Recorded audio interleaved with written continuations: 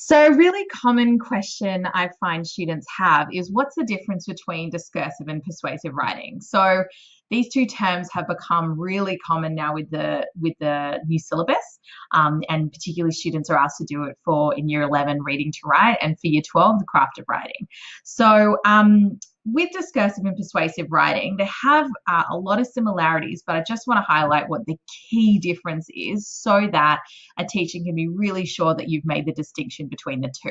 So let's start with discursive writing. So discursive writing basically will show two sides or multiple sides of an argument for a particular issue. So what that means is you're not trying to persuade the responder of any one view. What you need to do is just show them different ideas about it.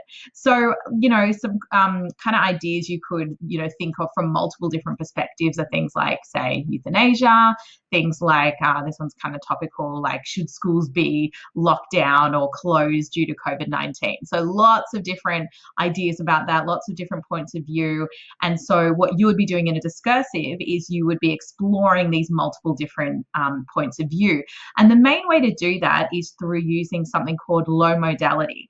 And so with low modality, you're not using definitive language, you're using language that sort of creates a sense of like open discussion. So it's like, maybe this, perhaps that.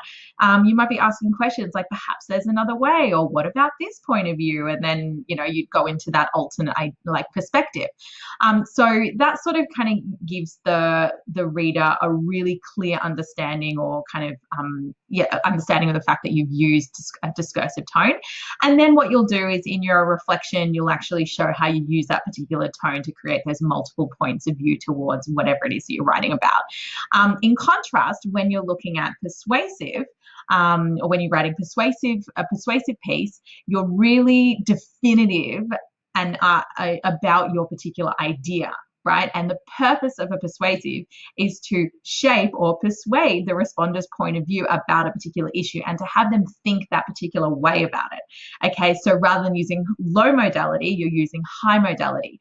High modality is when you're, again, being really definitive about what you're saying. So you're saying, we need to do this, we must act now, we have to stop this. So you can see how strong I'm being. There's no room for movement about that. It's really just like, this has to be done. So very definitive, very strong tone. And then there's some other techniques that you can use as well. So anaphora would be one of them. So anaphora is basically when you repeat a phrase after, or a word after two or more clauses, which a clause is like a comma or full stop, something that kind of breaks up the sentence. So you could say something like, we need to do something now. So you can see how I've repeated, we need to do something, to give that emphasis on the particular point of view that I'm trying to convince the reader of. Things that would work really well are talking about, maybe humans' detrimental impact on the environment. So that's, a pretty good one to kind of go, okay, we need to do something now. So that's a really good example of something you could write about that would work really well for a persuasive piece.